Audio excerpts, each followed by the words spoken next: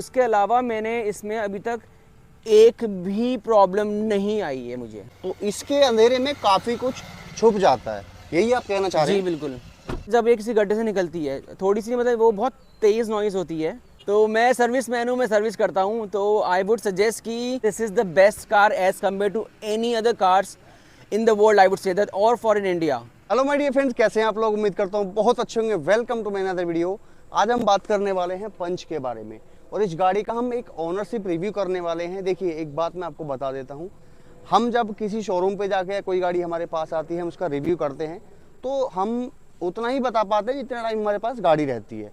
लेकिन एक ओनर अपनी गाड़ी के बारे में सच बात बता पाता है कि उसने क्या पॉजिटिव फील किया, क्या नेगेटिव फील किया। हमारे साथ इस कार के ओनर आए हुए हैं, उनसे बात करते हैं और जानते हैं कि उनको ये गाड़ी कैसी लगी, कैसा कंफर्ट है, कैसा स्पेस है, कितने की उन्होंने गाड़ी ली थी। तो दोस्तों, वीडियो के अंत तक बने रहना, और वीडियो अगर आपको पसंद आए तो वीडियो को लाइक जरूर कर देना, चैनल को सब्सक्राइब भी। तो रोनी जी, स्वागत है हमारे चैनल में आपका, आ जाइए। Hello. Thank you so much समय निकालने के लिए। Thank you. हमारे कुछ सवाल रहेंगे, वो रोनी जी से हम पूछेंगे। इनका भी यूट्यूब पे चैनल है, मैं डिस्क्रिप्शन में लिंक डाल दूंगा, आप उनको भी फॉलो कर लीजिएगा। सर, हमारा सबसे पहला सवाल आपसे ये है, ये गाड़ी आपने कब ली थी? जनवरी 5th 2023। अच्छा, इसी साल में आपने गाड़ी ली है? जी। जब ये आप गाड़ी प्लान कर रहे थे, उस टाइम पे आपने कौन कौन सी गाड़ी मार्केट में देखी थी इसके सेगमेंट की?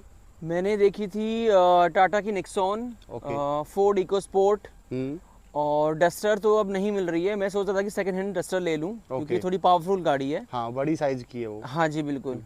तो जो मेरा बजट था वो 8 से 9 लाख का था, ओके। तो मुझे लगा कि इन तीनों में से मैं एक चूज़ करूँगा। वंस आई डिसाइडेड, तो फिर मैंने टाटा पंच के बारे में थोड़ा सा पढ़ा, देखा, आपका चैनल भी देखा मैंने कि आप भी चैनल्स में दिखाते हैं कार्स के बारे में। तब मैंने डिसाइड किया थोड़ा सा कि मैं टाटा पंच देखूं। मैंने ट्रायल लिया तो मुझे ये पसंद आई। ओके।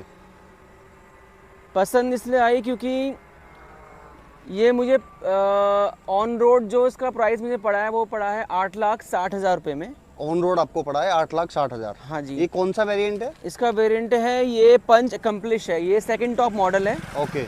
मैनुअल? जी हाँ, ये मैनुअल ट्रांसमिशन है, क्योंकि मेरी जो ड्राइविंग रहती है वो थोड़ी सी ऑफ रोड रहती है। ओके। और I don't prefer automatic cars actually. Okay. मेरी लॉन्ग ड्राइव के लिए मुझे कंफर्ट चाहिए। एक तो हाइट, क्योंकि बिकॉज मेरी हाइट थोड़ी छोटी है, तो मुझे कंफर्ट चाहिए था, हाइट एडजस्टमेंट चाहिए थी, मुझे क्रूज कंट्रोल चाहिए था। और 9 लाख की गाड़ी में आई डोंट थिंक सो कि टाटा ने पंच के अलावा कोई और प्रोवाइड करवा रहा है। हाँ।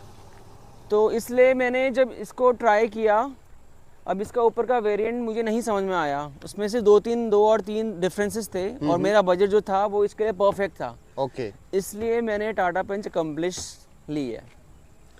तो आप ये बताइए, आपने गाड़ी कितनी चला दी अभी तक? ये 15,000 चल चुकी है। 15,000 चला दी आपने? हाँ, लगभग हाँ अब 8-9 महीने के अंदर ना? हाँ, और मैंने इसको टेस्ट एंड ड्राइव भी कर चुका हूँ। मैं इसको कश्मीर ले गया, मैं इसको पटनी टॉप ले गया, जम्मू ले गया, नैनीताल ले गया, भोपाल ले गया इवन। मतलब लगभग जो लॉन्ग टूर है वो आप इससे लगा चुके हैं, हाँ गाड़ी जी। को खूब चला चुके हैं। बिल्कुल बिल्कुल। तो ऐसा क्या आपने इसमें पॉजिटिव फील किया जो यही गाड़ी आपने चुनी? इसमें ऐसा क्या लगा आपको?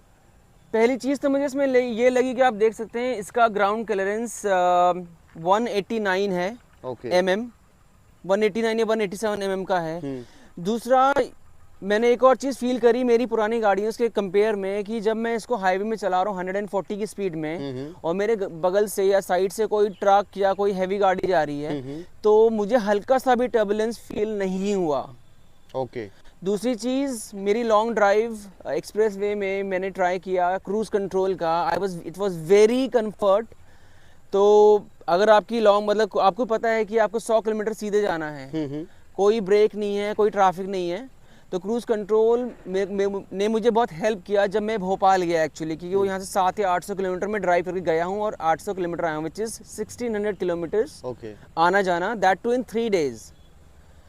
तो वो कंफर्ट मेरे को लगा। अंदर से सीट काफ़ी अच्छी है, मैं एडजस्ट कर सकता हूँ अप एंड डाउन। चीज एक हमारे मन में, क्या जो अभी इस वीडियो को देख रहे हैं उनके मन में भी सवाल रहता है ज़्यादातर, ये 3 सिलेंडर इंजन के साथ आती है जी। ठीक है, तो इसकी इंजन काफ़ी नॉइजी भी है लेकिन पंची है।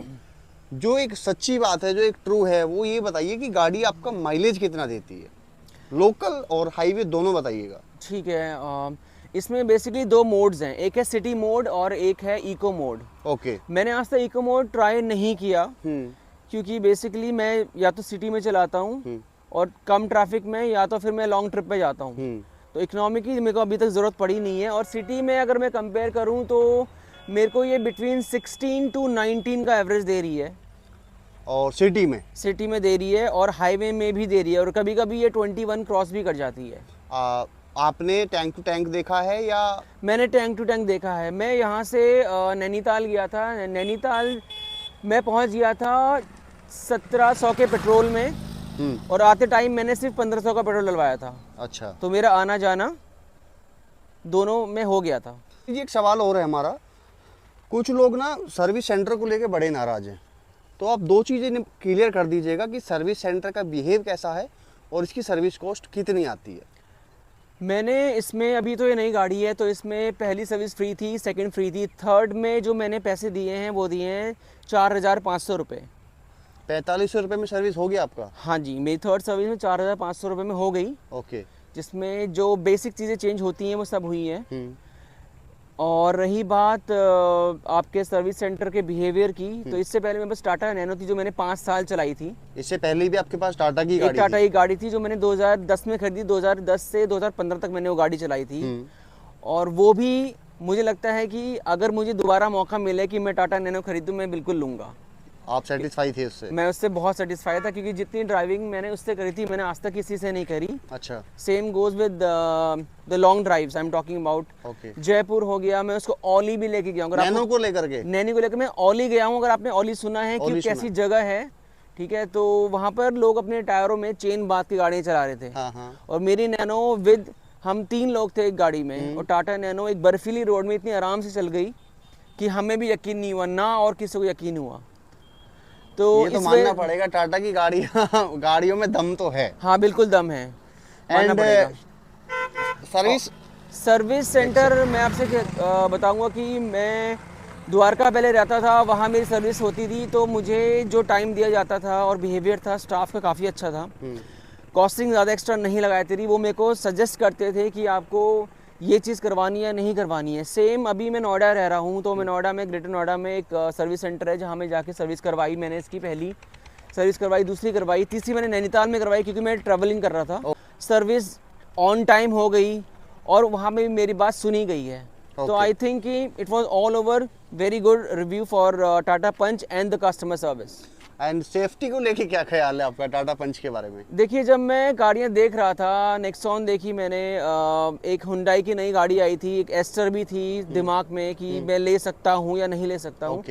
लेकिन जब मैंने इसकी रेटिंग 5 देखी तो मुझे लगा कि शायद बहुत कम गाड़ियाँ हैं वर्ल्ड में आज की डेट में या नहीं के बराबर हैं। इंडिया में पहली गाड़ी है टाटा पंच जिसको सेफ्टी में 5 रेटिंग दी गई है। ये एक बहुत अच्छी बात आपने कही है। टाटा के पास में 6 लाख रुपए में आपको 5 स्टार सेफ्टी रेटिंग मिल जाती है। बिल्कुल। और अदर ब्रांड्स की अगर मैं बात करूं तो 20 लाख की गाड़ी में भी उनके पास में सेफ्टी रेटिंग का मामला ही नहीं है, उनके पास है ही नहीं है। मैक्सिमम जो जाती हैं अलग ब्रांड में हम कह सकते हैं कि 4.5 या 4.8 की रेटिंग जाती है, लेकिन 5 स्टार रेटिंग मिलना in one go is very difficult. And इस सेगमेंट में जो गाड़ियाँ आती है, इसकी जो तकड़ी कॉम्पिटिटर है वो है हुंडई की एक्स्टर, ठीक है जी। और 1-2 गाड़ियाँ और भी आती है, इग्निस वगैरह, लेकिन पंच में कई सारे इंजन ऑप्शन मिल जाते हैं। अब आप एक बात बताइए मुझे कि इसका परफॉर्मेंस कैसा है? जैसे कि 3 सिलेंडर इंजन है, ठीक है, काफ़ी नॉइजी है, थोड़ा NVH है इस कार के अंदर, लेकिन परफॉर्मेंस को लेके आपका क्या ख्याल है? आपको कैसा लगता है इसका परफॉर्मेंस? देखिए, जैसा कि मैंने अभी बताया था कि मेरी जो ड्राइविंग अभी तक इसको लेके हो चुकी है वो पहाड़ों में भी हो चुकी है, इवन बर्फ़ में हो चुकी है। और जब मैं भोपाल जा रहा था तो बहुत तेज़ बारिश थी, मतलब 165 सेंटीमीटर की अकॉर्डिंग बारिश हो रही थी। तो हम कह सकते हैं कि मैंने इसको बारिश में चला दिया है, बर्फ़ में चला दिया है, ऑफ रोडिंग में नैनीताल से ऊपर करके आ चुका हूँ इसमें। ओके। तो मुझे इसमें अभी तक कोई कमी नहीं लगी, एक्सेप्ट मैं एक चीज़ ऐड करना चाहूँगा कि बहुत रेयर मेरे साथ हुआ है, अब मुझे पता नहीं कि बाकी लोगों के साथ हुआ कि नहीं हुआ, जो टाटा पंच के ओनर्स हैं, जब ये किसी गड्ढे से एकदम से जाती है, नहीं पता लगता कि गड्ढा आ रहा है, ठीक है। तो मुझे थोड़ा सा फील हुआ कि एक नॉइज़ आई मेरे को। मैंने उनको कॉल करा था तो उन्होंने मुझे बोला था कि आप एक बार आके दिखा दीजिए, हो सकता है कि अंदर कोई एक नॉब है जो कट गई है, इट्स अ रबर नॉब। उस वजह से आपकी आवाज़ आ रही है। उसके अलावा मैंने इसमें अभी तक एक भी प्रॉब्लम नहीं आई है मुझे। अच्छा, अब लास्ट सवाल हमारा ये है, आपने गाड़ी ले ली है जी। लगभग 8,60,000 की ली थी ना आपने? जी 8.5 लाख रुपए में आपने ये गाड़ी ली है। अब एक ओनर एक ऐसी चीज होती है जो अपनी गाड़ी के बारे में सही बात बता पाता है, क्योंकि बिल्कुल। वो उसको डेली एक रोटेशन के हिसाब से चलाता है, तो उसके सामने प्रॉब्लम्स आती हैं, उसका सॉल्यूशन भी उसके पास आता है। राइट। तो इस गाड़ी में आप कुछ ऐसे नेगेटिव पॉइंट बताइए जो खरीदने के बाद आपको जिंदगी भर फेस करने पड़ेंगे। ऐसा क्या लगा आपको इस कार के अंदर? वैसे तो मुझे भी चलाते हुए 6 से 7 महीने हुए इस गाड़ी में, और मुझे नेगेटिव इसमें ये लगा कि थोड़ा सा इसका जो अगर आप देख पा रहे हैं कि जब मैं ड्राइविंग सीट में अगर गाड़ी चला रहा हूँ, ए पिलर। जी हाँ, तो पिलर में थोड़ा सा अगर मैं काट रहा हूँ तो मुझे थोड़ा सा प्रॉब्लम फेस होता है देखने में, अगर कोई बाइक एकदम से आ जाती है। ये सेकंड टाइम कोई